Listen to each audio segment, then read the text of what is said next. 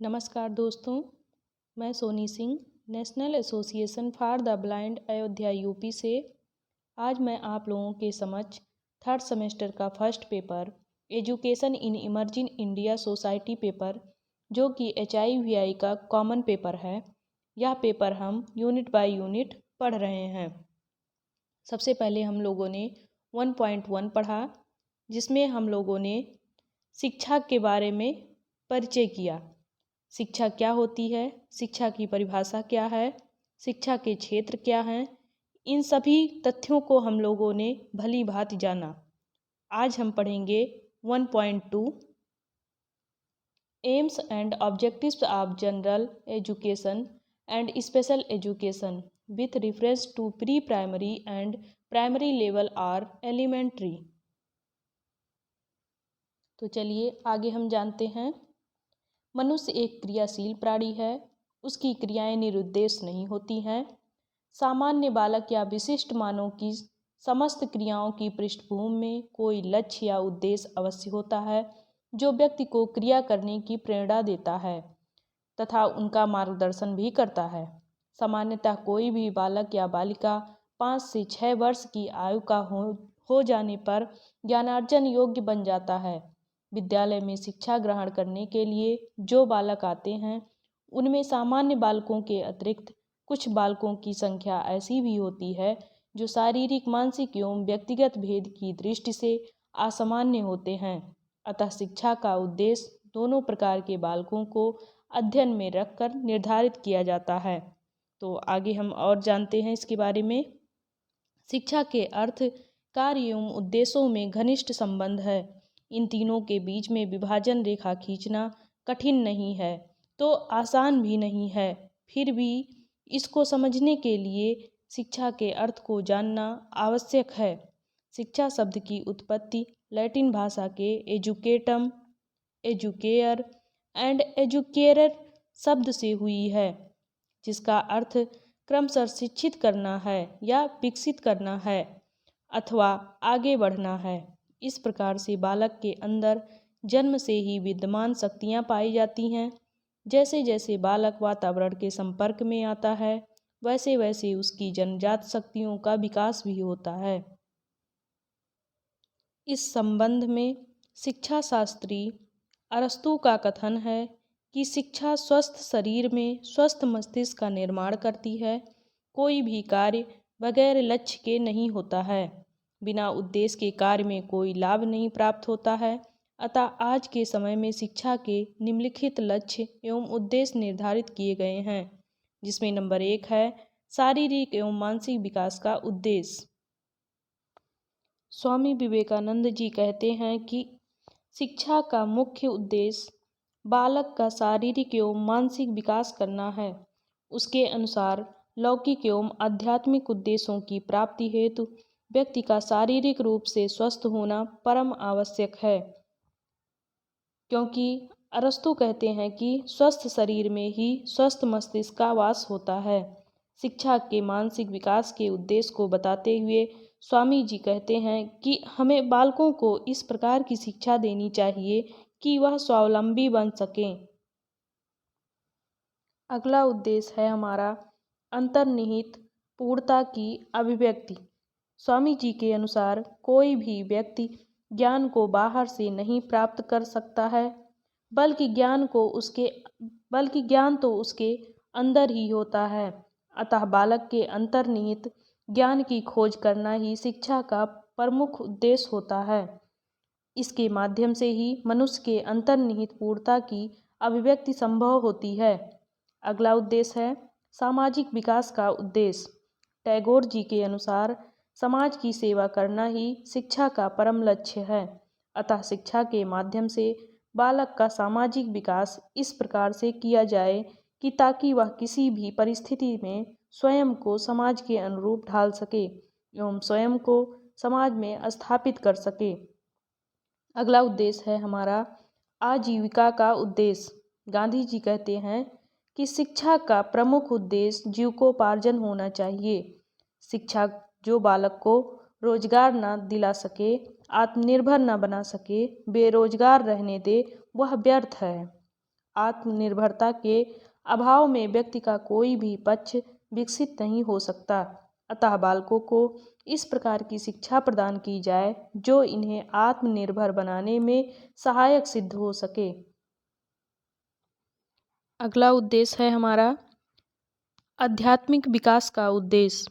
श्री अरविंदो जी कहते हैं कि शिक्षा का प्रमुख उद्देश्य आध्यात्मिक विकास होना चाहिए। इनके अनुसार प्रत्येक व्यक्ति ईश्वर का अंश है, अतः उसमें कुछ दैवीय शक्तियाँ विद्यमान रहती हैं। शिक्षा के माध्यम से इन दैवीय शक्तियों को खोजकर एवं इन्हें विकसित करके आध्यात्मिक पूर्णता को प्राप्त किया जा सकता है। नेक्स्ट है हमारा जीवन संघर्ष के लिए तैयार रहना। प्रकृतिवादी विचारक यह मानते हैं कि जिस प्रकार सृष्टि में प्रत्येक जीव में जीने की इच्छा होती है, उसी प्रकार मनुष्यों में भी जीने की इच्छा होती है। इसके लिए वह अपने जीवन की रक्षा के लिए वातावरण में उपस्थित विभिन्न कारकों से संघर्ष करता है। इसी के संदर्भ में डार्विन महोदय कहते हैं कि जीवन के लिए संघर्ष करना पड़ता है और उस संघर्ष में जीतता वही है जिसमें सामर्थ्य होता है। अतः बालकों को शिक्षा इस प्रकार की दी जानी चाहिए कि वह जीवन संघर्ष के लिए तैयार हो सके और संघर्ष में विजय प्राप्त करके स्वयं को स्थापित कर सके। नेक्स्ट उद्देश्य है व्यक्तित्व का विकास। विभिन्न शिक्षाविदों ने व्यक्तित्व के 3 पक्षों को स्वीकार किया है। नंबर 1 संज्ञानात्मक, नंबर 2 भावात्मक, नंबर 3 क्रियात्मक। अतः शिक्षा का उद्देश्य इन तीनों पक्षों का विकास क्रमशः सम्यक ज्ञान, सम्यक दर्शन, सम्यक चरित्र के माध्यम से ही संभव है। लास्ट है हमारा मूल्यों एवं आदर्शों का विकास करना।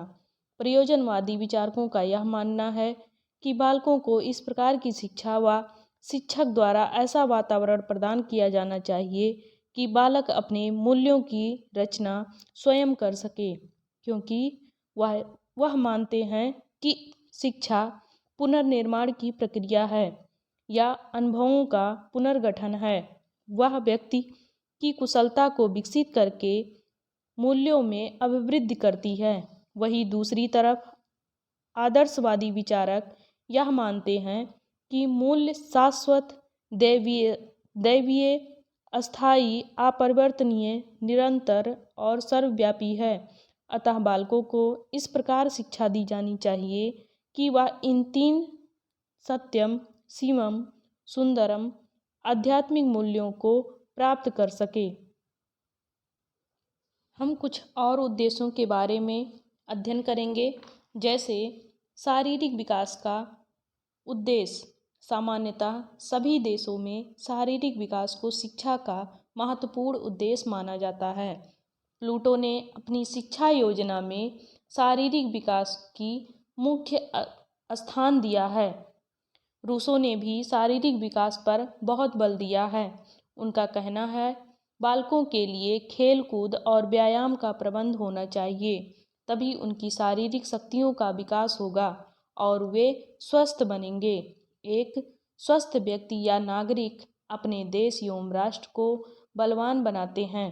स्वस्थ व्यक्ति में शक्ति और उत्साह होता है जो उसे अपने जीवन की आवश्यकताओं को पूरा करने में सहायता देते हैं।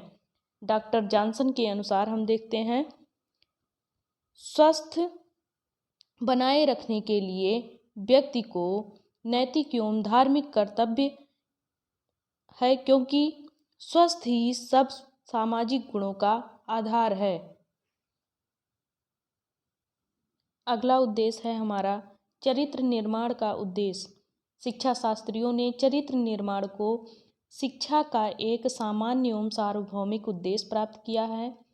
शिक्षा शास्त्रियों के अनुसार ज्ञान का अर्जन करना और शरीर की शक्ति को बढ़ाना नहीं है, वरन उत्तम चरित्र का निर्माण करना भी है।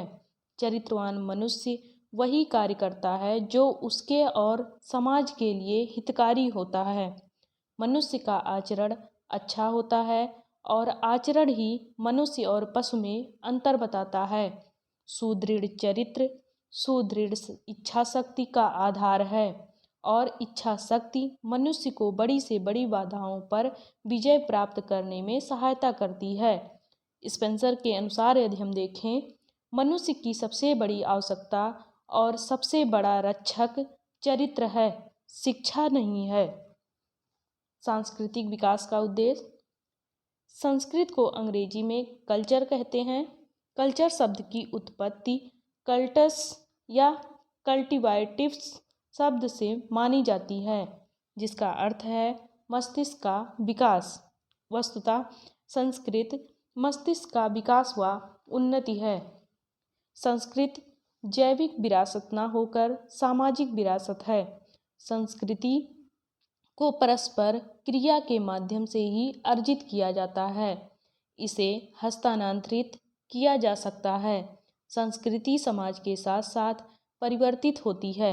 संस्कृति में विचार ही मूलधार होते हैं। हॉर्न के अनुसार यदि हम देखें, संस्कृति व्यापक अर्थों में सामाजिक कुशलता के समान है। अगला उद्देश्य है हमारा जीविकोपार्जन का उद्देश्य। मनुष्य की 3 मूल आवश्यकताएं हैं, भोजन, वस्त्र और मकान, अर्थात रोटी, कपड़ा और मकान। यदि शिक्षा इनको देने में असफल है तो उसका उद्देश्य पूर्ण नहीं होता है। आज के भौतिकवादी युग में मनुष्य की आर्थिक आवश्यकताओं का सबसे पहले पूर्ण होना आवश्यक है। अतः शिक्षा का मुख्य उद्देश्य बालक को किसी व्यवसाय के लिए तैयार करना। शिक्षा का उद्देश्य व्यक्ति को किसी उपयोगी व्यवसाय के लिए तैयार करना या करके उसे निराश व लक्ष्यहीन होने से बचाना है। जिस देश के व्यक्ति विभिन्न व्यवसायों में कुशल होते हैं, वह देश शीघ्र ही संपन्न और समृद्धशाली बन जाता है। आर्थिक उन्नति को विशेष महत्व दिया जाता है। इस उन्नति का आधार व्यावसायिक कुशलता है। व्यावसायिक शिक्षा छात्रों की मूल प्रवृत्तियों पर प्रयोग करके उनकी रुचियों को आकर्षित करके और उनकी योग्यताओं को विकसित करके उन्हें सामाजिक कुशलता के लिए तैयार करती है। महात्मा गांधी के अनुसार यदि हम देखें तो सच्ची शिक्षा को बच्चों की बेरोजगारी से एक प्रकार की सुरक्षा देनी होती है। अगला उद्देश्य है हमारा नागरिकता का उद्देश्य। प्रत्येक व्यक्ति के कुछ अधिकार और कुछ कर्तव्य होते हैं। अपने अधिकारों और कर्तव्यों से परिचित कराना, उनमें विशेष गुणों का विकास करना और उसे राजनीतिक, सामाजिक और आर्थिक जीवन से संबंध रखने वाली बातों से की जानकारी कराना नागरिकता की शिक्षा के अंतर्गत आते हैं। जनतंत्रीय देशों में नागरिकता का स्थान बहुत ही महत्वपूर्ण है। अतः व्यक्ति को नागरिकता का प्रशिक्षण दिया जाना अति आवश्यक होता है। नागरिकता की शिक्षा द्वारा व्यक्ति को प्रमुख मूल्यों और गुणों का ज्ञान कराना आवश्यक है। नागरिकता में एक विशेष प्रकार के चरित्र का विकास होना चाहिए। यह विकास केवल नागरिकता की शिक्षा द्वारा ही किया जाता है। नागरिकता की शिक्षा द्वारा व्यक्तियों में सामान्य राष्ट्रीय प्रकृति या स्वभाव का विकास किया जाता है। और शिक्षा का अंतिम उद्देश्य है शिक्षा का सामाजिक उद्देश्य। शिक्षा के सामाजिक उद्देश्य को शिक्षा का सामाजिक एवं नागरिकता का उद्देश्य कहा जाता है। समाज या राज्य का स्थान व्यक्ति से ऊंचा है। समाज के हित में ही व्यक्ति का हित होता है। समाज से अलग व्यक्ति का कोई अस्तित्व नहीं होता है। समाज में रहकर वह अपनी आवश्यकताओं को पूरा कर सकता है, अपना विकास कर सकता है और उन्नति के पथ पर आगे बढ़ सकता है। जो बातें व्यक्ति के बारे में सत्य हैं, वह बातें समाज के बारे में भी सत्य होती हैं। समाज का निर्माण व्यक्ति ही करते हैं। व्यक्तियों के अभाव में अर्थहीन है। समाज एकता और उन्नतियों के लिए व्यक्तियों पर निर्भर होता है। व्यक्तियों के सहयोग के बिना समाज की प्रगति असंभव है। इस प्रकार व्यक्ति और समाज का संबंध अटूट होता है। शिक्षा के सामाजिक उद्देश्य के अनुसार समाज का स्थान व्यक्ति के स्थान से ऊंचा होता है। व्यक्ति को अपने हित को ध्यान में रखकर समाज के हित का भी ध्यान रखना चाहिए। उसे आवश्यकता पड़ने पर समाज के लिए बलिदान देने के लिए भी तैयार रहना चाहिए। रिमांड के अनुसार अगर हम देखें, समाज विहीन व्यक्ति को कोढ़ी की कल्पना करता है या कोरी की कल्पना करता है। कोरी का अर्थ यहाँ पर कोरा कागज जिस पर कुछ लिखा हुआ नहीं होता है। उसी प्रकार से जीवन का भी उद्देश्य होता है कि यदि उसमें कुछ समाज के पहलू शामिल होते हैं तो व्यक्ति विकास कर सकता है। यदि उस कोरे कागज पर कुछ लिखा नहीं गया है, उसके समाज के जुड़े हुए पहलू उसमें शामिल नहीं है, तो वह व्यक्ति समाज के प्रति अपनी प्रेम और समाज के प्रति वह हितकारी साबित नहीं हो सकता है। आगे हम देखते हैं शिक्षा के उद्देश्य निर्धारक के आवश्यक तत्व। विभिन्न शिक्षा शास्त्रियों ने अलग अलग शिक्षा के उद्देश्य बताए, परंतु शिक्षा के उद्देश्यों को निर्धारित किए बिना शिक्षा का ज्ञान अधूरा होता है। उद्देश्यों विहीन शिक्षा वास्तव में दिशाहीन शिक्षा है, और दिशाहीन शिक्षा उस यात्री की भांति है जो यह नहीं जानता है कि उसे कहाँ जाना है, क्या करना है। शिक्षा का उद्देश्य बालक तथा शिक्षक दोनों की चेतना को जागृत करना होता है, जिसके फलस्वरूप वह उसकी प्राप्ति का निरंतर प्रयास करते रहता है तथा लक्ष्य की प्राप्ति की जिज्ञासा को जागृत करता है। अतः इस प्रकार उद्देश्य निर्धारण से निम्नलिखित लाभ होता है। इस प्रकार की शिक्षा के द्वारा व्यक्ति के सर्वांगीण विकास में सहायता मिलती है। उद्देश्य निर्धारित होने के फलस्वरूप समय नष्ट नहीं होता। व्यक्ति भावी जीवन की परिस्थितियों का सामना आसानी से कर सकता है। शिक्षा का उद्देश्य व्यवहारिक तथा जीवन प्रयोगी होना चाहिए। शिक्षा के उद्देश्य जीवन तथा समाज के अनुरूप परिवर्तित एवं संशोधित होना चाहिए। आगे है विशेष शिक्षा के लक्ष्य एवं उद्देश्य। प्रत्येक बालक को शिक्षा प्रदान करने के लिए एक निश्चित लक्ष्य एवं उद्देश्य होता है। विशेष बालक को पूर्ण सफलता प्राप्त करने के लिए विशेष शिक्षा की आवश्यकता होती है। विशेष शिक्षा का उद्देश्य बच्चे को आत्मनिर्भर बनाना है तथा इसमें विशेष स्कूल महत्वपूर्ण भूमिका निभाता है। इसके प्रमुख लक्ष्य एवं उद्देश्य निम्नलिखित हैं। नंबर 1, विशेष शिक्षा विशेष बालक के सामाजिक, शैक्षणिक एवं वैयक्तिक उद्देश्यों की प्राप्ति के लिए पाठ्यक्रम बनाती है।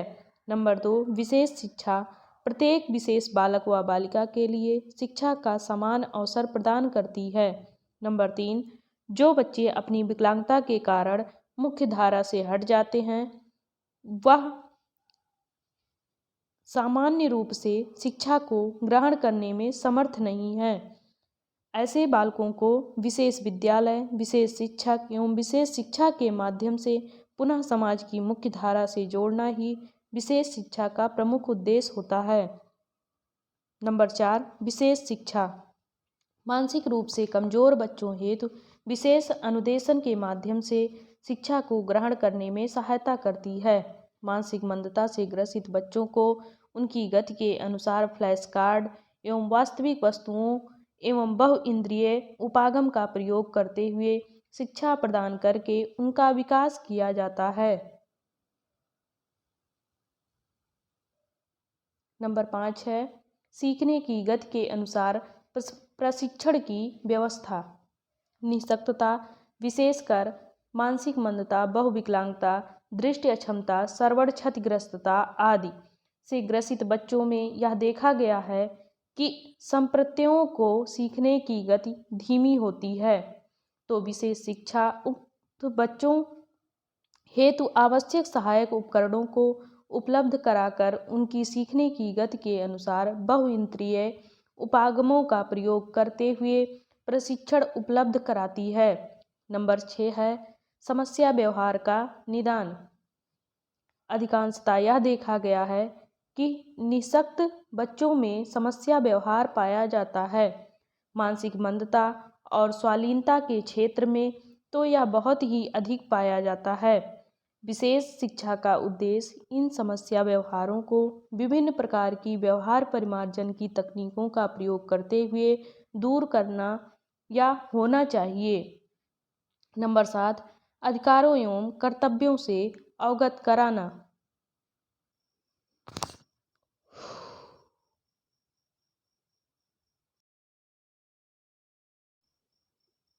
अधिकारों के साथ साथ कर्तव्यों की जानकारी होना अति आवश्यक होता है। विशेष शिक्षा विभिन्न प्रकार के कार्यक्रमों के माध्यम से विशेष बच्चों को उनके अधिकारों एवं कर्तव्यों को बताती है ताकि किसी भी प्रकार से उनका शोषण ना हो सके। नंबर 1, विशेष शिक्षा सामाजिक, आर्थिक, सांस्कृतिक परिवर्तनों के अनुरूप विशेष बालकों को समायोजित करने तक प्रशिक्षण प्रदान करती है।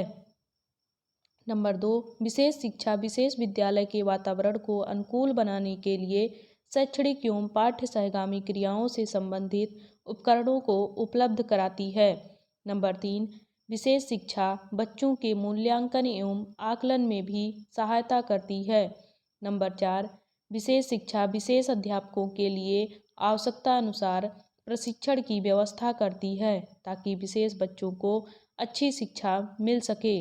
अतः विशेष शिक्षा का उद्देश्य उन सभी बच्चों को लाभ पहुंचाना होता है और उन्हें आत्मनिर्भर बनाना है जो सामान्य से अलग हों। अगला है हमारा प्राथमिक एवं पूर्व प्राथमिक शिक्षा पर लक्ष्य एवं उद्देश्य। पूर्व प्राथमिक स्तर पर शिक्षा के लक्ष्य एवं उद्देश्य। स्वतंत्रता प्राप्ति के पूर्व भारत के पूर्व प्राथमिक शिक्षा पर कोई विशेष ध्यान नहीं दिया गया था। भारत में शिशु प्रणाली का विकास रूसो, काम्टे और फ्राबेल से प्रभावित होकर हुआ है। सन 1961 ईस्वी में मैसूर राज्य में पूर्व प्राथमिक शिक्षा समिति का गठन हुआ। उसके पश्चात पूर्व प्राथमिक शिक्षा पर ध्यान दिया गया, इसकी आवश्यकता को महसूस किया गया और पूर्व प्राथमिक पाठशालाओं की स्थापना की गई। इनमें यह कहा गया है कि 3 से 6 वर्ष तक के बच्चों की शैक्षिक आवश्यकताओं को कोई परिवार पूरा नहीं कर सकता। अतः सरकार ने गांव एवं शहरों में पूर्व प्राथमिक विद्यालय की स्थापना की। इसका मुख्य लक्ष्य 1964 और 1966 में यह निर्धारित किया गया कि बच्चों के शारीरिक, मानसिक व भावात्मक विकास बहुत आवश्यक है। पूर्व प्राथमिक शिक्षा का प्रभाव चूँकि प्राथमिक शिक्षा पर पड़ता है, अतः शारीरिक एवं शैक्षिक दोनों क्षेत्र में ध्यान देना आवश्यक होता है। पूर्व प्राथमिक शिक्षा के निम्न उद्देश्य किए गए हैं। नंबर 1, बच्चों के शारीरिक विकास और मानसिक विकास के लिए स्वस्थ वातावरण उपलब्ध कराना। नंबर 2, स्वास्थ्य संबंधी क्रियाओं तथा आदतों का विकास करना। नंबर 3, सामाजिक गुणों का विकास करना। नंबर 4, बालकों में संवेदनात्मक विकास करना, जैसे वे किसी के द्वारा कही गई बातों को समझ सकें और अपनी बातों को व्यक्त कर सकें। नंबर 5, बौद्धिक जिज्ञासा तथा कल्पना शक्ति का विकास करना।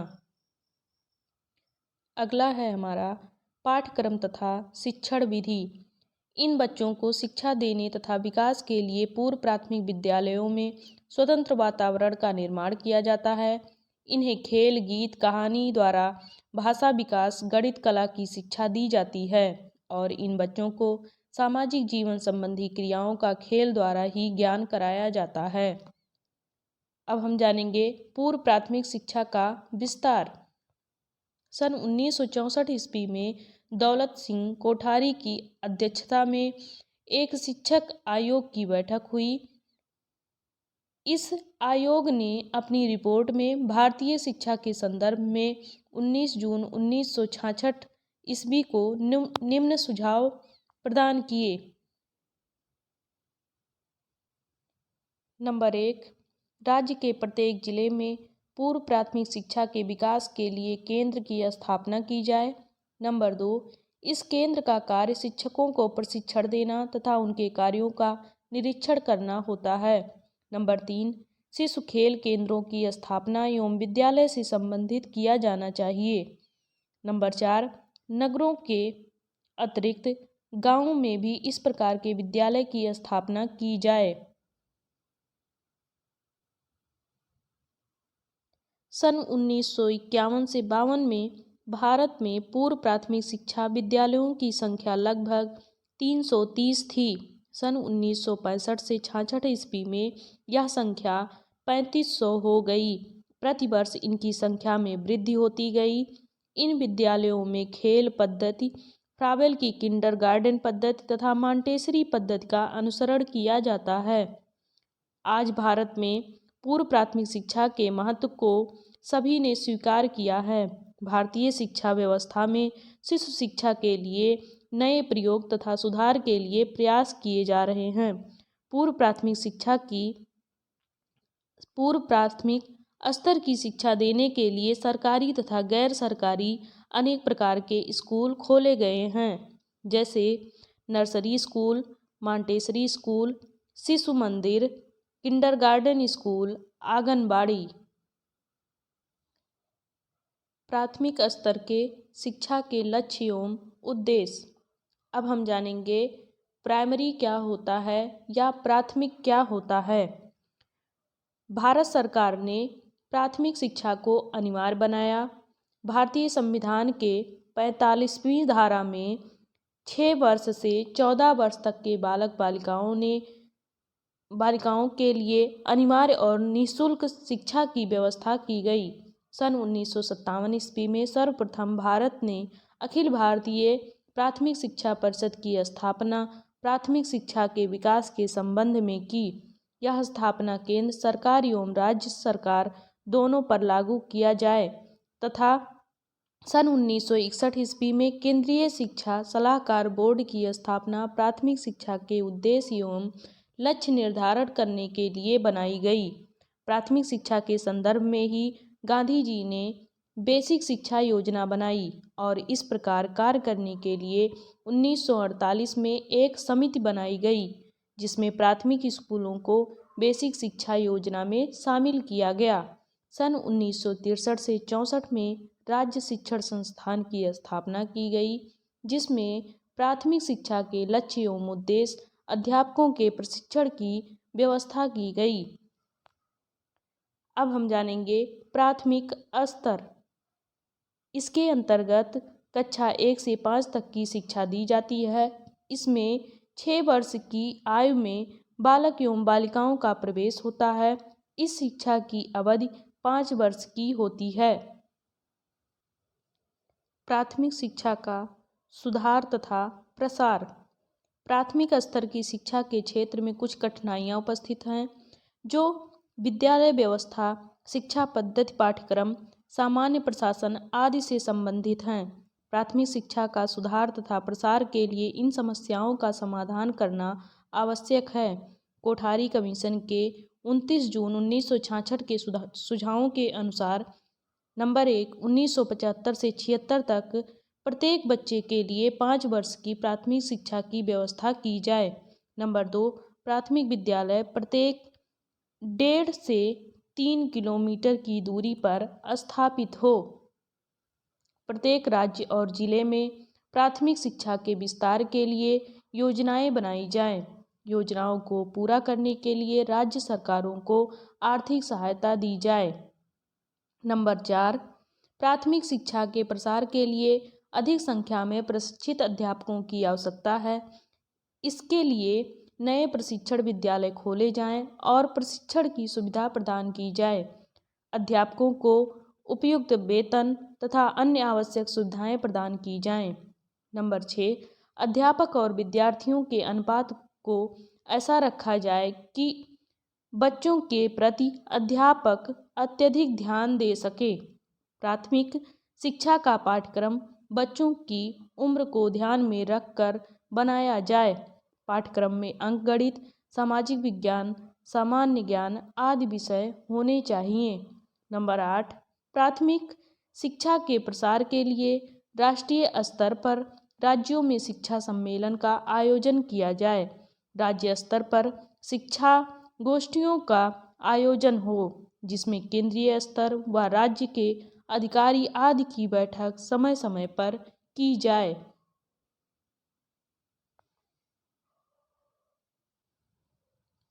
अर्थात प्राथमिक शिक्षा का उद्देश्य है।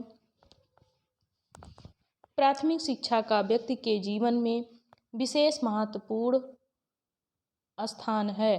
मनोवैज्ञानिक सिद्धांतों से ज्ञात होता है कि 5 या 6 वर्ष पूरा कर लेने पर बालक में वाक शक्ति, ज्ञानेंद्रिय विकास, ध्यान केंद्रित करने तथा संबंधों को समझने की क्षमता का विकास हो जाता है। अतः दूसरे शब्दों में औपचारिक शिक्षा व्यवस्था के प्रथम स्तर को प्राथमिक शिक्षा स्तर कहा जाता है। प्राथमिक शिक्षा बालकों को अपने वातावरण के साथ अनुकूलन करने योग्य बनाती है, उनका शारीरिक एवं मानसिक विकास करती है, भाषा, कला व संगीत आदि के द्वारा आत्माभिव्यक्ति की क्षमता विकसित करती है, आत्मनिर्भर बनाती है, उनमें नागरिकता के गुण विकसित करती है तथा नैतिकता की भावना विकसित करती है। एनसीईआरटी के अनुसार यदि हम देखें तो प्राथमिक शिक्षा के निम्न उद्देश्य बताए गए हैं।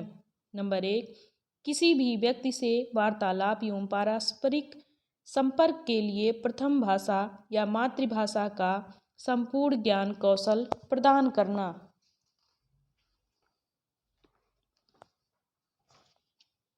व्यवहारिक समस्याओं के समाधान के लिए जोड़ घटाना, गुणा भाग की आधारभूत गणितीय संक्रियाओं की योग्यता प्रदान करना। भारत की मिलीजुली संस्कृति से परिचय कराना तथा जातिवादिता, अस्पृश्यता, सांप्रदायिकता का विरोध करना सिखाना। अगला है राष्ट्रीय प्रतीकों जैसे राष्ट्रध्वज, राष्ट्रगान तथा प्रजातांत्रिक विधियों व संस्थाओं के प्रति आधार भाव उत्पन्न कराना। मानव श्रम के प्रति स्वस्थ दृष्टिकोण विकसित करना। बालकों में भाईचारे की भावना का विकास करना। सफाई तथा स्वस्थ जीवन जीने की आदतें विकसित करना। विशेष बालकों की विशिष्ट प्रतिभा एवं उनके गुणों का अधिकतम विकास करना। और लास्ट है हमारा बालकों में कर्तव्य निष्ठा के भावों का विकास करना, सभी धर्मों के प्रति आदर की भावना का विकास करना एवं बड़ों के प्रति आदर व छोटों के प्रति स्नेह की भावना को जागरूक करना। इसी के साथ हमारा यह यूनिट समाप्त होता है 1.2, जिसको हम लोगों ने कंप्लीटली पूरा कर लिया है। आज के लिए बस इतना ही। नेक्स्ट वीडियो में हम 1.3 को पढ़ेंगे।